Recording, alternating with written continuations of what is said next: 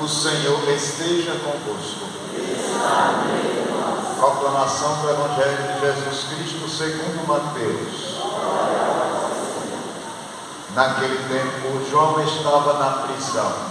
Quando ouviu falar das obras de Cristo, enviou-lhe alguns discípulos para lhe perguntarem: És tu aquele que há de vir, ou devemos esperar um outro? Jesus respondeu-lhes: Ide contar a João que estáis ouvindo e vendo. Os cegos recuperam a vista, os paralíticos andam, os leprosos são curados, os surdos ouvem, os mortos ressuscitam e os pobres são evangelizados. Feliz aquele que não se escandaliza por causa de mim. Os discípulos de João partiram e Jesus começou a falar à multidão sobre João. O que fostes ver no deserto? Um caniço agitado pelo vento?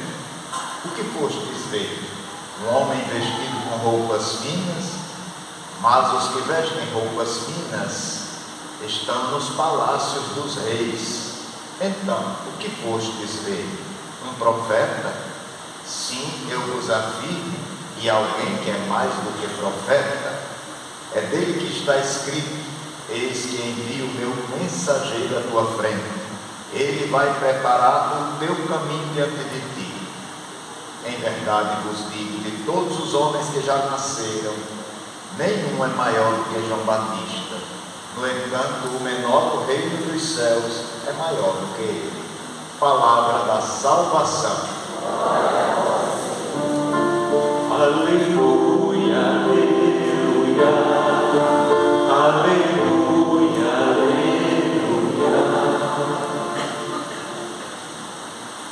Meus irmãos e irmãs, hoje a liturgia da palavra nos pede a alegria. Alegrai-vos sempre no Senhor. Eu vos digo, alegrai-vos. O Senhor está perto. Aqui é uma ordem espiritual que nos provoca, que é exigente, que é forte. A alegria, quando as coisas estão dando certo, é mais fácil. Agora, alegrar-se quando as cruzes chegam na nossa vida, esse é o grande desafio. Alegrar-se quando as coisas não estão dando bem, quando o mundo parece desaparecer, aí se torna mais difícil. É exatamente aqui que a palavra de Deus quer entrar. Alegrar-se neste sentido é uma decisão de fé. Só quem tem fé decide permanecer alegre. Então não é qualquer alegria, não é aquela alegria do rosto, não é a alegria facial, não é a alegria apenas do entusiasmo. Alegra-se verdadeiramente quem alegra-se no Senhor. Por quê? Porque sabe que Deus é fiel, sabe que Deus não falha, sabe que Deus não nos engana. É dessa alegria que fala hoje o profeta Isaías, quando diz na primeira leitura: alegre-se a terra que era deserta, que era intransitável. Que terra é essa? Que deserto é esse? Lógico que não é só geográfico, mas é o deserto de cada um, é o deserto do coração, é o deserto daquele que a fé ficou enfraquecida, é o deserto daquela pessoa que passa por uma doença, é o deserto de quem sente uma solidão terrível, é o deserto de uma ansiedade que não melhora. Vejam, tem tanta gente passando por verdadeiros desertos interiores. É o deserto de uma relação rompida. São muitos os desertos e que dão até medo. Tem pessoas que vivem de pé porque é obrigação ficar de pé, mas atravessam verdadeiros desertos muito fortes. Então hoje a palavra nos ordena: alegra-te. Alegra-te. Por quê? Porque Deus não abandonou o teu deserto, não. É por isso. Deus não abandonou o teu deserto.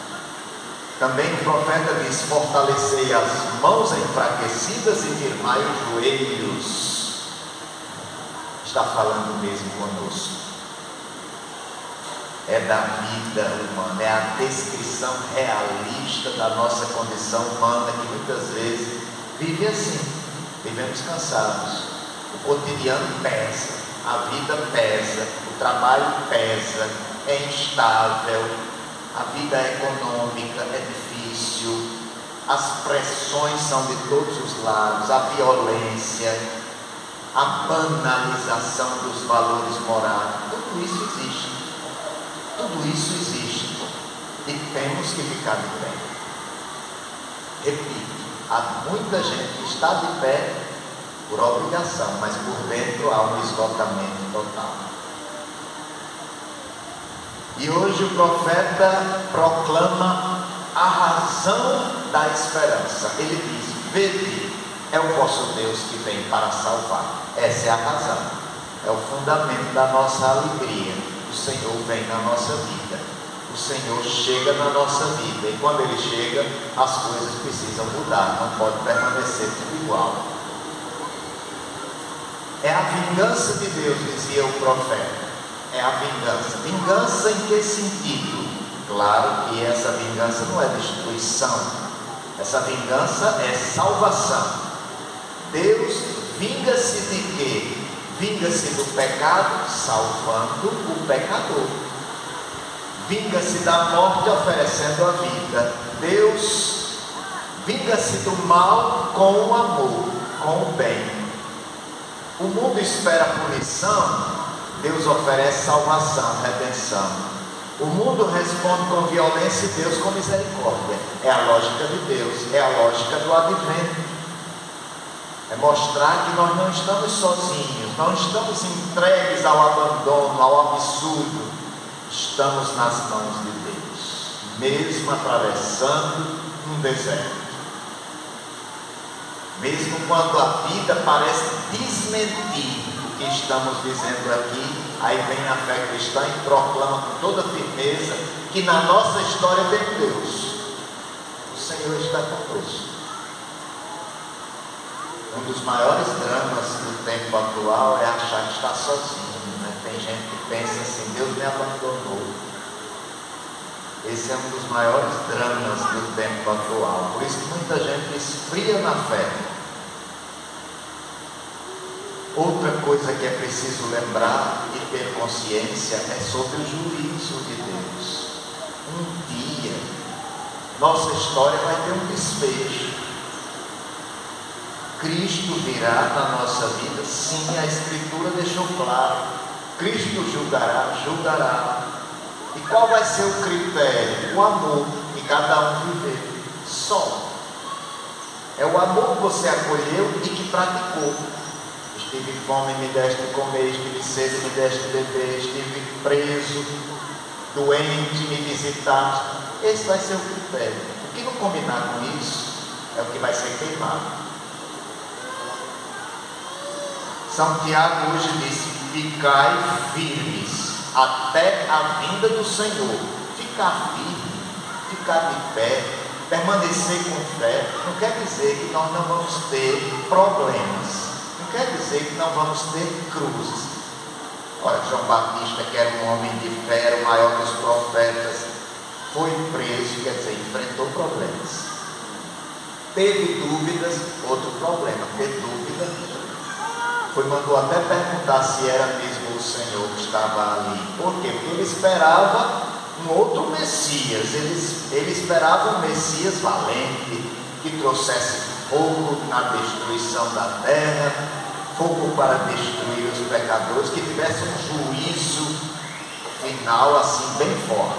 E aí veio um Messias de misericórdia, de mansidão. Quer dizer, veio um Messias não que ele tinha na imaginação, mas o Messias enviado pelo Pai.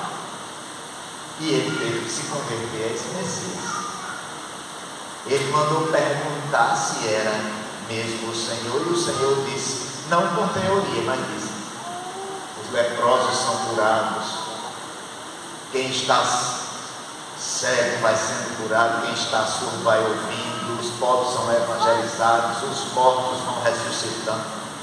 Quer dizer, mandou avisar, não com teoria, mas com prática. Com prática. Vejam, meus irmãos, o Evangelho toca então uma ferida profunda da nossa fé. Quantas ocasiões também nós projetamos sobre Deus os nossos esquemas, os nossos desejos, as nossas expectativas humanas, e quando Ele age de modo diferente, aí ficamos decepcionados, confusos, escandalizados. Como João, mesma coisa. Aí Jesus hoje disse assim: feliz aquele que não se escandalizar por causa do mim. Temos que aceitar o Messias que veio, do jeito que ele veio, do jeito que foi enviado. Graças a Deus, João se converteu a esse Messias. Ele se converteu a esse Messias. A nossa fé amadurece quando nós de fato confiamos no Senhor. Confiamos, mesmo que não o compreendamos totalmente, mas precisamos confiar. Então, meus irmãos, este domingo Gaudete, é assim que se chama, é o domingo da alegria, não nos convida a uma alegria ingênua, uma alegria sem problemas, não, mas uma alegria pascal. O que é uma alegria pascal? É aquela que nasce da cruz, mas que aponta para a ressurreição. Esta é a alegria pascal. Então a alegria cristã, ela não surge da ausência dos problemas, mas ela afirma que Deus está presente no meio dos problemas. Deus passa conosco, Deus nos sustenta, e não é para se sentir abandonado, pelo contrário, firmar os joelhos, fiquem de pé. É justamente aí quando sua família se sente só, abandonado, quando você que está doente se sente também isolado, quando o idoso está se sentindo também aí ansioso, triste, isolado. É quando tudo isso chega que a igreja chega perto e diz: o Senhor está perto.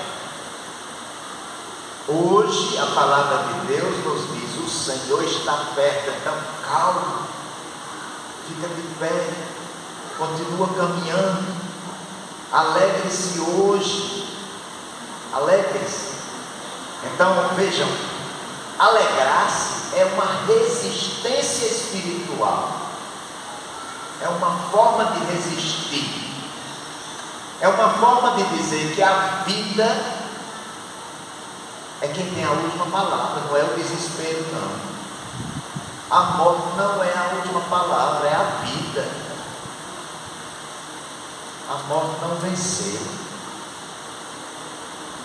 Então isso é ter uma fé madura, é você passar pelo desastre, pela cruz, e dizer: Deus continua sendo Deus na minha vida. Essa cor rosácea indica isso. Nós saímos do roxo para um domingo róseo para indicar essa saída um pouco da penumbra, da escuridão, para a luz que está chegando. Já é uma indicação do Natal.